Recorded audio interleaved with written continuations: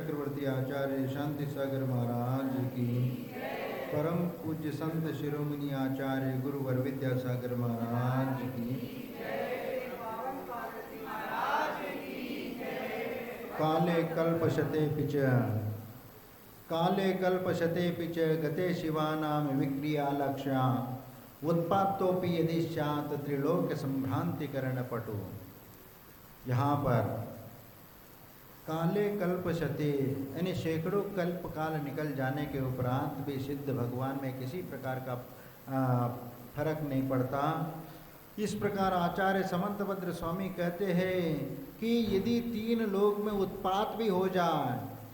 उत्पातोपि यदि स्यात् त्रिलोक संभ्रांतिकरण पटु, और वह तीन लोक में उत्पात ला सके इतनी क्षमता उनके भीतर है। इस तीन लोक को डमरू के समान उठा करके घुमाने की क्षमता और ताकत उनके भीतर है, लेकिन फिर भी वह उस प्रकार प्रवृत्ति नहीं करते, क्योंकि वह अनंत सुख, अनंत ज्ञान और अनंत वैभव में वह विराजमान है। इसलिए वहाँ से उनको फुर्सत ही नहीं है कि इन क्रियाओं के लिए वह इस तरफ आकर्षित हो जाए। इसलिए क्योंकि वह अनंत सुख में लवलीन है, उस सुख छोड़ करके किसी को कष्ट देने के लिए या किसी को दुख देने के लिए वो इस संसार में वापस नहीं आते। इसलिए मोक्ष पुरुषार्थ का फल यह सिद्धत्व पद है। एक बार सिद्धत्व को प्राप्त कर लिया तो दोबारा लौट के आने का यहाँ पर विचार नहीं है। इसीलिए जिस प्रकार दूध में घी का अस्तित्व छुपा हुआ है, लेकिन दूध में से घी निकालना है तो उसको दूध को गर्म करना पड़ेगा, फिर उसको थोड़ा ठंडा करके फिर उसमें विरजन डालना पड़ेगा, और फिर इसको उपरांत जब दही जम जाएगी तो दही में थोड़ा सा हल्का सा पानी मिला करके मथाने से मथना पड़ेगा, तब कहीं वहाँ से वह नवनीत निकलता है। और उस नवनीत को जब अग्नि के ऊपर तपा देते हैं तब वहाँ पर शुद्ध व नवनीत बाहर निकल करके आ जाता है। शुद्ध अटपहरी घी हमें प्राप्त हो जाता है, और वह एक बार वह घी पर्याय को प्राप्त हो जाता है तो दोबारा वह लौट करके दूध के पर्याय में नहीं आ सकता। उसी प्रकार इस संसार में परिभ्रमण करते हुए अनंत काल व्यतीत हो गए, और अनंत काल इस शरीर संसार में परिभ्रमण करते हुए अनेक प्रकार के दुखों को हमने सहन कर लिया, अनेक प्रकार के कष्ट सहन कर लिए, लेकिन आज तक इन दुखों और कष्टों से छुटकारा आज तक हमें प्राप्त नहीं हुआ। इसीलिए हम जिनेंद्र भगवान के दरबार में आकर के ये भावना करते हैं कि हे भगवान, आपने जिस प्रकार राग द्वेषादि कषायों को नष्ट करके परम वीतराग अवस्था प्राप्त किए, उसी वीतराग गुणों को प्राप्त करने के लिए तो हम आपके चरणों में आते हैं।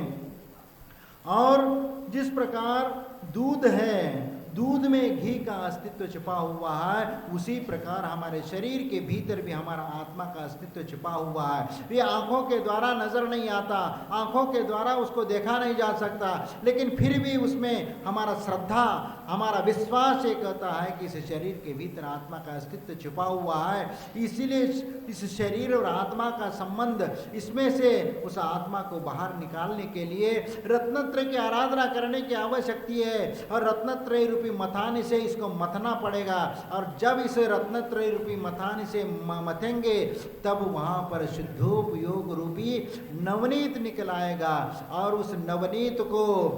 तप रूपी अग्नि में उसको तपाना पड़ेगा, तब वह शुद्धात्म स्वरूप की प्राप्ति होती है। और एक बार वह शुद्धात्म स्वरूप को प्राप्त कर लिया तो दोबारा लौट करके संसार में नहीं आएगा। और इसीलिए आज के दिन, मुकुट सप्तमी के दिन, पार्श्वनाथ भगवान को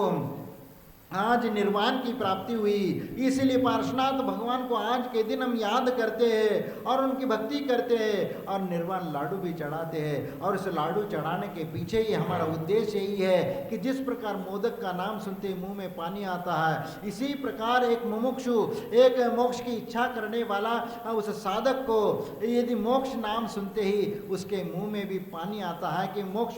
पाने की लालसा उसमें जागृत हो जाती है। इसीलिए हम पार्श्वनाथ भगवान के उन आदर्शों को याद करते, उनके जीवन को याद कर लेते और उन जीवन को याद करके उन जैसे बनने का हम भाव करते हैं। इसलिए सबसे पहला हम उनके पार्श्वनाथ के पूर्व भावों की ओर यदि दृष्टिपात करते हैं तो मालूम पड़ता है कि जब रम्यक नामक देश है जिसमें पोदनपुर नाम का नगर है, उनमें अरविंद राजा राज्य करता है। न्याय नीति में निपुण गुणवान ऐसा प्रजावत्सल राजा, और उनमें विश्वभूति नाम का एक चतुर मंत्री था, और शील गुणवती रूपवती पतिव्रता अनुद्रा नाम की उसकी स्त्री थी, और उनके 2 पुत्र थे।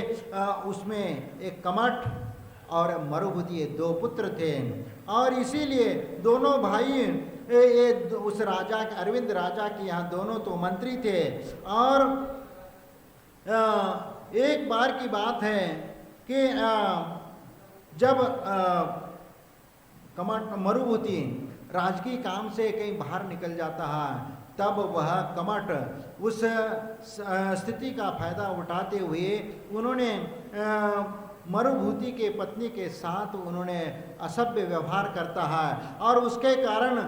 जब राजा को मालूम पड़ जाता है तो राजा उसको निष्कासित कर देता है। नगर से निष्कासित करता, मुंडन बना करके गधे पर बिठा करके उसको निकाल देता है। और जब वहाँ से वह दूर कहीं जा करके एक स्थान पर जा करके तापसियों के यहाँ पर वह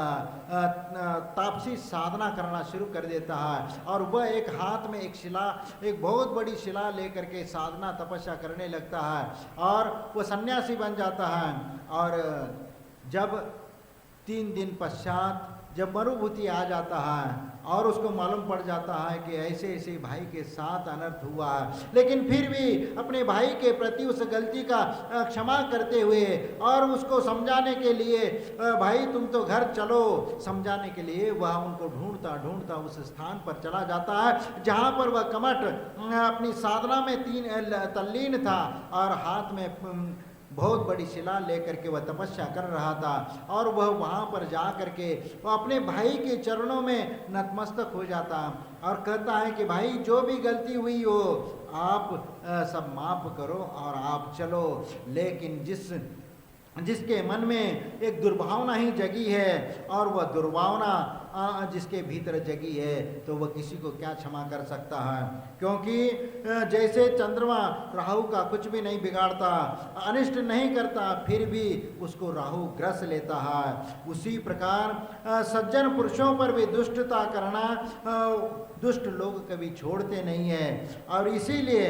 यहाँ पर दुष्ट मनुष्य अनिष्ट नहीं करने वाले सज्जन पुरुषों के ऊपर भी दुष्टता करना नहीं छोड़ते। उसी प्रकार यहाँ पर मरुभूति अच्छे सद्भावना के साथ वह वहाँ पर गया था, लेकिन उसकी सद्भावना न देख करके उन्होंने तो अपना शत्रु जैसा मान करके जैसे ही वह चरणों में झुक जाता है वैसे ही उस शिला को उसके ऊपर छोड़ देता है, और वह उसी के साथ मरुभूति का मरण हो जाता है। और वहाँ से वह मरण को प्राप्त होकर के सालक के वन में वज्रघोष नाम का वह हाथी हो जाता है, और वज्रघोष नाम का हाथी हो जाता है। उसके बाद और कालांतर में वह कमठ भी मर करके वह दुर्गति की ओर चला जाता है। और मलयगिरी पर्वत पर सालक की वन में वज्रघोष हाथी अपना जीवन यापन करना शुरू कर देता है, और इस प्रकार वह जीवन यापन करते हुए बहुत समय निकाल दिया। और इस घटना को देख करके राजा को वैराग्य हो जाता है, और राजा ने वह दिगंबरी दीक्षा ग्रहण कर ली, और दिगंबरी दीक्षा लेकर के वह दीक्षा लेने के बाद वह सम्य शिखर जी की यात्रा करने के लिए वह निकलते हैं। और जब वह यात्रा करते करते करते सम्य शिखर जी के रास्ते में एक सालक की वन पड़ता है, और सालक की वन में जैसे ही पहुँचे और सामायिक का समय हुआ तो एक पेड़ के नीचे जा कर के वो सामायिक करने बैठ जाते हैं। और जैसे ही सामायिक करने बैठ जाते अपने आत्म ध्यान में तल्लीन होकर के आत्मचिंतन शुरू कर देते हैं, तो उसी समय वह सालक की वन में जो हाथी था वह हाथी वह वैसे ही दौड़ता हुआ आ रहा था। उन्हें जैसे पेड़ के नीचे बैठे हुए मुनिराज को देखा, वह दौड़ता दौड़ता उनको मारने के लिए आ जाता है, और जैसे ही वह उनके निकट आ जाता है तो अचानक वहाँ रुक जाता है। वह देखता है, देख करके उसको कुछ जाति स्मरण हो जाता है। वहाँ मालूम पड़ता है इसको मैंने देखा है, ये कौन है, क्या है। और उसी समय वह धर्मघोष मुनि अपने ध्यान से उठ जाते हैं, और ध्यान से उठने के बाद उस हाथी को संबोधन करते हैं कि हे मरुभूति, तू ये कहाँ इस प्रकार इस तिर्यंच योनि में आ गया, और उसको संबोधित कर देते, और जाति स्मरण हो गया, और उसको अनुव्रतों का उपदेश दे देते, और अनुव्रत उनको दिला देते हैं, और अनुव्रतों को दिला करके वह अनुव्रतों को ग्रहण कर लेता, और उसको कह दिया जाता है कि तुम्हारी आयु बहुत कम बची है, इसीलिए तुम अपने आत्म कल्याण की ओर आगे बढ़ो, और अंत में समाधि मरण को प्राप्त करने के लिए तुम उसकी साधना शुरू कर दो। और उसके उपरांत वह हाथी जैसे ही उसके अनुव्रत धारण करने के उपरांत वह हरी घास फूस वगैरह छोड़ देता है, सूखे सूखे जो पत्ते पड़े हैं उसी से खा करके अपने जीवन यापन करना शुरू कर देता है। इस प्रकार वह करते करते वह इतना दुबला हो जाता है, क्योंकि वह पेड़ को भी ईजा नहीं पहुंचाना चाहता था, और किसी हरी घास को भी नहीं खाना चाहता था। वह खाने को नहीं मिलने से धीरे धीरे वह कमज़ोर होता चला गया, और वह एक तालाब के किनारे में वह पानी पीने के लिए चला जाता है, लेकिन वहाँ पर बीच में दलदल था, और दलदल को देख दलदल में से भी वह रास्ता निकालते हुए हाथी आगे बढ़ जाता है, लेकिन दलदल में उसके पैर फंस जाते हैं, और पैर फंस जाते हैं तो उसी में वह फंस जाता है। वहाँ से निकलने का प्रयत्न करता है, लेकिन एक पैर उठाता है तो एक दूसरा पैर फंस जाता है, दूसरा उठाता है तो तीसरा पैर फंस जाता है। इस प्रकार वह कीचड़ में ऐसा फंस जाता है, और वह कमंड का जीव वहाँ से नरक से आ करके वह मर करके एक सर्प, एक जहरीला सर्प बन जाता है, और वह जहरीला सर्प वहाँ उस तालाब के किनारे ही था, और वह आ करके पूर्व जीवन का वैर उसको याद आ गया, और वह हाथी को जा करके डस लेता है, और उसके कारण वह हाथी वहीं पर मरण को प्राप्त हो जाता है। और वह हाथी मरण को प्राप्त हुआ, और वहाँ से मरण को प्राप्त होकर के वह स्वर्ग चला जाता है, और स्वर्ग में जा करके फिर वहाँ से पुनः जम्बू द्वीप के पूर्व विदेह क्षेत्र में पुष्कलावती देश का राजा विद्युत गति हो जाता है, और वह विद्युत गति हो जाता है, और फिर वहाँ से मुनि बन करके तपस्या करके वह पुनः समाधि को प्राप्त हो जाता है, और पुनः वह स्वर्ग चला जाता है, और पुनः स्वर्ग से आ करके स्वर्ग से च्युत होकर के अग्निवेग नाम का पुत्र हो जाता है, और अग्निवेग नाम का पुत्र हो जाता है, और फिर वह पुत्र हुआ, और उसके उपरांत जब यौवन अवस्था में आने के बाद उन्होंने मुनि दीक्षा ग्रहण कर लिए, और वह साधना करते हुए जंगलों में विचरण करने लगे, और एक हरि पर्वत की गुफा में जा करके उन्होंने अपनी साधना शुरू कर दी, और वहाँ तपस्या करते हुए आत्मा का चिंतन प्रारंभ कर दिया, और वहाँ पर वह पुनः वह कमट का जीव वहाँ पर आ जाता है, एक अजगर बन करके अजगर के रूप में आ जाता है, और अजगर के रूप में उस गुफा में घुस जाता है, जहाँ पर वहाँ मरुभूति का जीव यानी वह अग्निवेग नाम का वो पुत्र था, और वह मुनि बने हुए थे और तपस्या कर रहे थे। उस मुनि को देख करके पुनः उस मुनि को वहाँ पर निगल लेता है, और वह अजर निगल करके वह समाधि पूर्वक वहाँ पर भी वह भावना के साथ मरण को प्राप्त होते, और वहाँ से वह स्वर्ग चला जाता है, और स्वर्ग में चला जाता है, और उसके बाद वह अजगर भी मर पुनः वह दुर्गति की ओर चला जाता है, नरक निगोद आदि की ओर चला जाता है। फिर जम्बू द्वीप के मध्य सुवर्ण रत्नमयी सुदर्शन मेरु है, और वहाँ पर वज्रवीर नाम का राजा हो जाता है, और विजया रानी को स्वप्न दे करके वह आ जाता है, और वहाँ पर स्वप्न दे करके आ जाता है, तो वह स्वर्ग से जब आ जाता है, और वज्रवीर और विजया रानी के स्वप्न में जब वह जीव आ जाता है, स्वप्न में संदेश दे करके आ जाता है कि कोई जीव आ रहा है, नहीं जैसे तीर्थंकरों का जहाँ जन्म हो जाता है तो माता पिता में स्वप्न दे करके वह गर्भ में आ जाते, उसी प्रकार यहाँ पर उन्होंने स्वप्न में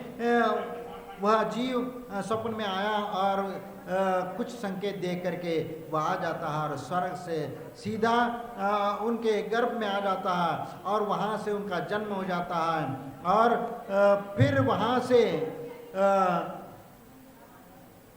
से स्वर्ग से उतर करके फिर वह वज्रनामी चक्रवर्ती हो जाते हैं और वहाँ पर चक्रवर्ती वज्रनाभी चक्रवर्ती हुए। आप लोग वैराग्य भावना भी उसकी सुनते हैं, तो उस प्रकार वज्रनाभी चक्रवर्ती बनने के उपरांत उस चक्रवर्ती का कार्यकाल को पूरा करने के उपरांत वह क्षेमंकर मुनिराज के पास चले जाते हैं और वहाँ जा कर के उस मुनिराज के पास दीक्षा ग्रहण कर लेते हैं और दीक्षा ग्रहण करके वह विचरण कर रहे थे, जंगलों में जा करके साधना करते थे और वहाँ पर एक भिल्ल ने हिरण समझ करके उसके ऊपर उस एक भिल्ल ने उसको मारा और वह भिल्ल और कोई नहीं, वह कमट का जीव ही था और कमट का जीव भिल्ल बन करके उस मुनिराज को हत्या कर देता। इन्हें हर भाव में कमट के द्वारा मारा जाता है और मरुभूति क्षमा भाव धारण करते हुए क्षमा भाव धारण करते हुए समाधि पूर्वक मरण करके वह स्वर्ग निकल जाते हैं और इस प्रकार वह भिल्ल ने मारा। फिर वहाँ से वह स्वर्ग में अहमिंद्र देव हुए और वहाँ की आयु पूरा करके वह जब इक्ष्वाकु वंशी वज्रबाहु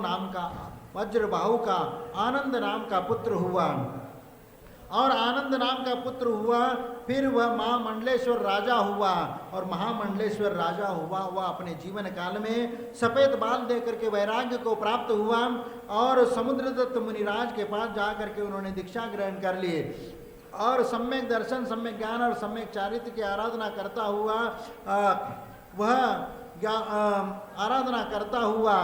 वह 11 अंग और विशुद्ध हृदय से दर्शन विशुद्धि आदि 16 कारण भावनाओं का तीर्थंकर के पाद मूल में उनने भावना भाई और तीर्थंकर प्रकृति का बंद कर लिया और कमट नरक से सिंह हुआ और पूर्व वैर के कारण मुनिराज का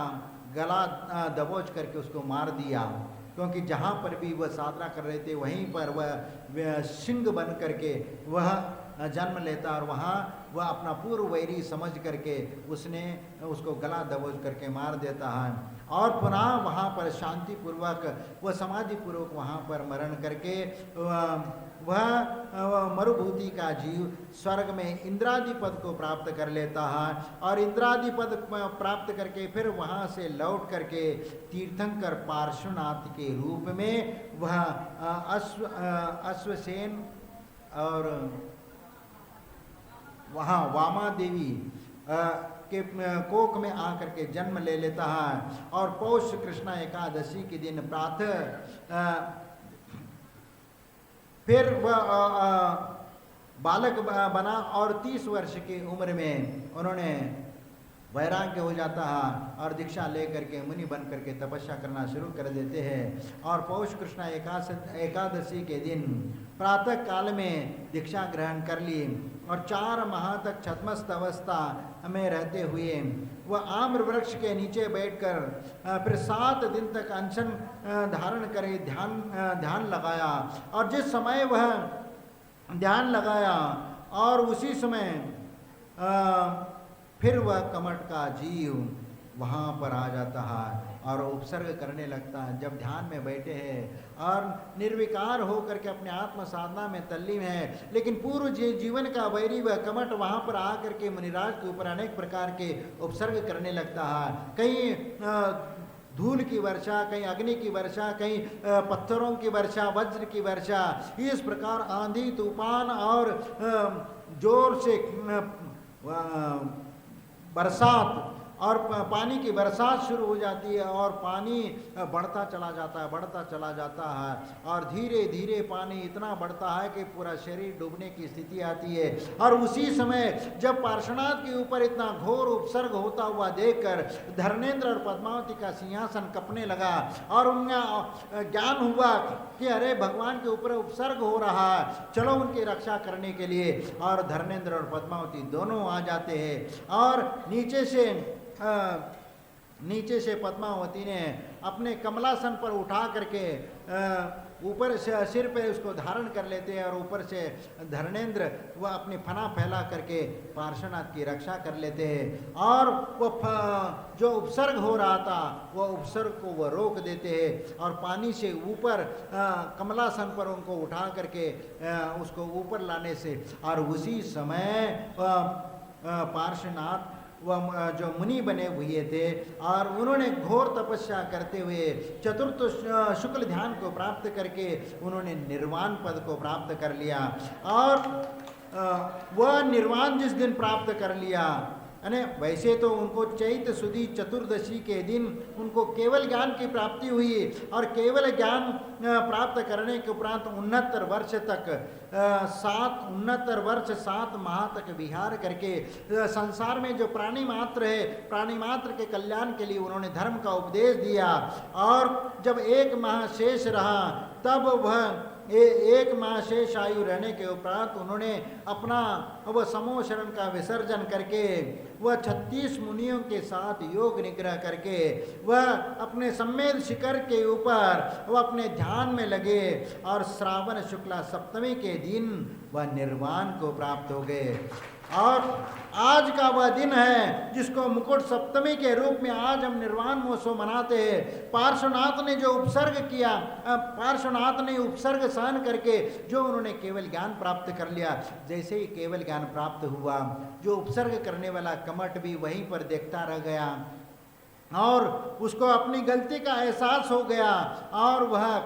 क्योंकि केवल ज्ञान होने के उपरांत सब वैर भी समाप्त होता, उपसर्ग भी दूर हो जाता और जो वैर करने वाला वह जीव भी उनके चरणों में नतमस्तक हो जाता। और कमठ के साथ भी ऐसा ही हुआ। पार्श्वनाथ के साथ जन्म जन्मांतर से जो वैर धारण करते हुए आए थे, यहाँ पर वह वैर भूल जाता है और वैर भूल करके उनके चरणों में बैठ करके उनको उपदेश जब मिलता है भगवान पार्श्वनाथ के द्वारा, जब उनको उपदेश मिल जाता है तो उसके ज्ञान चक्षु खुल जाते हैं और उसके उपरांत वह भगवान के चरणों में नतमस्तक हो जाता है। इसीलिए कहा जाता है, इसलिए कहा है पार्श्वनाथ जब जिन बने मिला कमट का योग, वैर भूल जब पथ मिला मिला ज्ञान का योग। यानी पार्श्वनाथ भगवान को जैसे ही केवल ज्ञान की प्राप्ति हुई और वैर भूल करके ही कमट भी उनके चरणों में बैठ जाता है और किए हुए कार्य का पश्चाताप करता हुआ वह उनके चरणों में नतमस्तक हो जाता। अपनी भूल उसको समझ में आ गई। और ये भी है कि जो जिन जैसे महापुरुषों के साथ जिसका भी वैर चलता है, जैसे कमट का भी उनके साथ पार्श्वनाथ के साथ मरुभूति के साथ ये वैर जन्म जन्मांतर से चलता आया, आगे जा करके कमट का जीव भी मोक्ष को प्राप्त करेगा। वह आने वाले भविष्य में कब प्राप्त करेगा ये तो नहीं, लेकिन निकट समय में वह भी इस मुनि धर्म को अपना करके वह आत्मा का कल्याण करके वो भी मोक्ष को प्राप्त होंगे। क्योंकि जिस 3 लोक को लोक के नाथ के साथ जिनने उपसर्ग किया उसने भी पश्चाताप किया तो अपनी गलती को स्वीकार कर लिया, तो वो भी उसी मार्ग का अनुसरण करके उसका भी उद्धार हो जाएगा। इस प्रकार हमारे तीर्थंकर आदि परम देव होते, जो भी उनके चरण सानिध्य में आता है, उनके चरणों में आ जाता है, उसका भी इसी प्रकार का भला हो जाता है। उसके लिए भी एक पथ मिल जाता है, एक मार्ग मिल जाता है और उस मार्ग पर चल करके वह भी पार्श्वनाथ भगवान जैसे बनने की भावना करता है। और काले कल्प शते पिछे गते शिवानाम विक्रिया लक्षा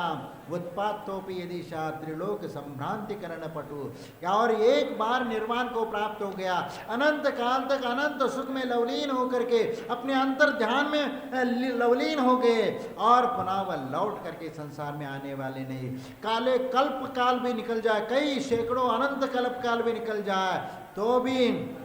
उनमें किसी प्रकार की परिवर्तन नहीं आता। और इसलिए गते शिवानाम न विक्रिया लक्षा, और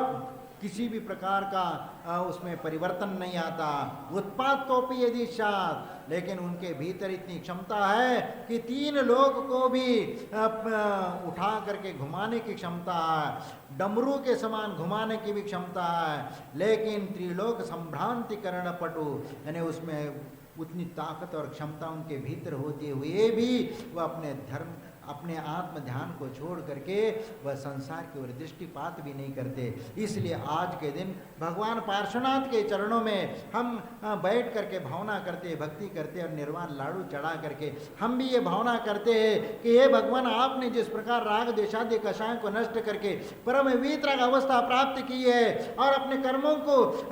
नष्ट करके जला करके आपने वीतराग अवस्था पाई है, और उसी वीतराग को पाने के लिए हम आपके चरणों में आए और आपके चरणों में ये लड्डू चढ़ा रहे, ताकि जिस प्रकार लड्डू का नाम सुन करके मुंह में पानी आता है, तब उसी प्रकार आपको देख करके हमें भी आप जैसे बनने के भाव हो जाते। इसलिए हम तत्परता के साथ आपके चरणों में आना चाहते। जहाँ पर आप सिद्ध शिला में विराजमान है, उस सिद्ध शिला में आपके चरणों में आ करके बैठ करके हम भी कृतकृत्य होना चाहते हैं। इसलिए हम भगवान पार्श्वनाथ का इस आदर्श को लेकर के हम भी अपने जीवन में उस व्रत नियम संयम अनुव्रतों को धारण करके फिर धीरे धीरे अपने शक्ति के अनुसार व्रत नियम संयम को बढ़ाते हुए एक दिन मुनि बन करके तपस्या करके उन जैसे बनने की भाव करते हुए हम मोक्ष को प्राप्त होंगे।